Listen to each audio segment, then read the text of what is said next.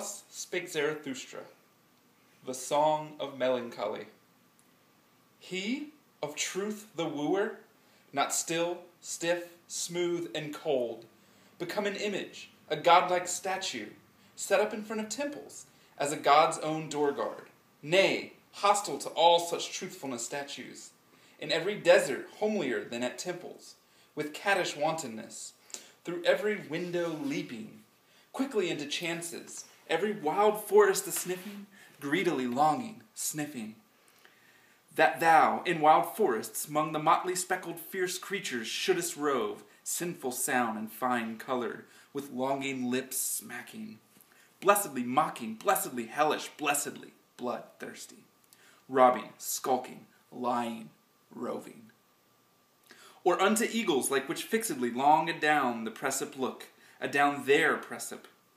Oh, how they whirl down now, thereunder, therein, to ever deeper profoundness whirling, then, sudden, with aim aright, with quivering flight, on lambkins pousing, headlong down, sore hungry, for lambkins longing, fierce gainst all lamb spirits. Furious fierce gainst all that look sheep-like, or lamb-eyed, or crisp, woolly, grey with lamb-sheep kindliness. Even thus, eagle-like, panther-like, are the poet's desires, are thine own desires, neath 1,000 guises. Thou fool, thou poet, thou who all mankind viewest, so God as sheep, the God to rend within mankind as the sheep in mankind, and in rending, laughing. That is thine own blessedness, of a panther and eagle, blessedness, of a poet and fool, the blessedness. In evening's limpid air, what time the moon's sickle green twixt the purple glowings, and jealous stealeth forth, of day the foe, with every step in secret, the rosy garland hammocks down sickling till they've sunken, down nightwards, faded, down sunken.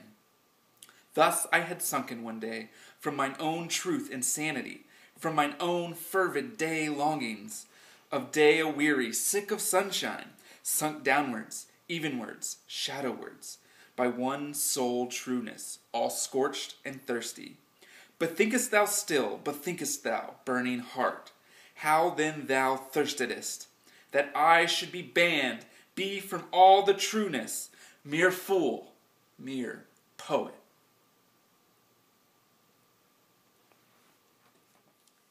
Sarah Cynthia Sylvia Stout would not take the garbage out. A poem by Shel Silverstein. Sarah Cynthia Sylvia Stout would not take the garbage out. She'd scour the pots and scrape the pans, candy the yams and spice the hams, and though her daddy would scream and shout, she simply would not take the garbage out. And so, it piled to the ceilings, coffee grounds, potato peelings, brown bananas, rotten peas, chunks of sour cottage cheese. It filled the can, it covered the floor, it cracked the window and blocked the door with bacon rinds and chicken bones, drippy ends of ice cream cones, prune pits, peach pits, orange peel, gloppy glumps of cold oatmeal, pizza crusts and withered greens, soggy beans and tangerines, crusts of black-burned buttered toast, grisly bits of beefy roasts. The garbage rolled down the hall. It raised the roof. It broke the wall. Greasy napkins, cookie crumbs, globs of gooey bubble gum, cellophane from green bologna, rubbery, blubbery macaroni, peanut butter caked and dry, curdled milk and crust of pie, moldy melons, dried up mustard, eggshells mixed with lemon custard, cold French fries and rancid meat, yellow lumps of cream of wheat. At last the garbage reached so high that it finally touched the sky. And all the neighbors moved away, and none of her friends would come to play, And finally, Sarah Cynthia Stout said, "Oh, okay, I'll take the garbage out." But then, of course, it was too late. The garbage reached across the state from New York to the Golden Gate, and there in the garbage she did hate.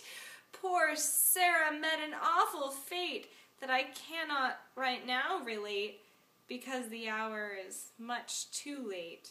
But children, remember Sarah Stout, and always take the garbage out.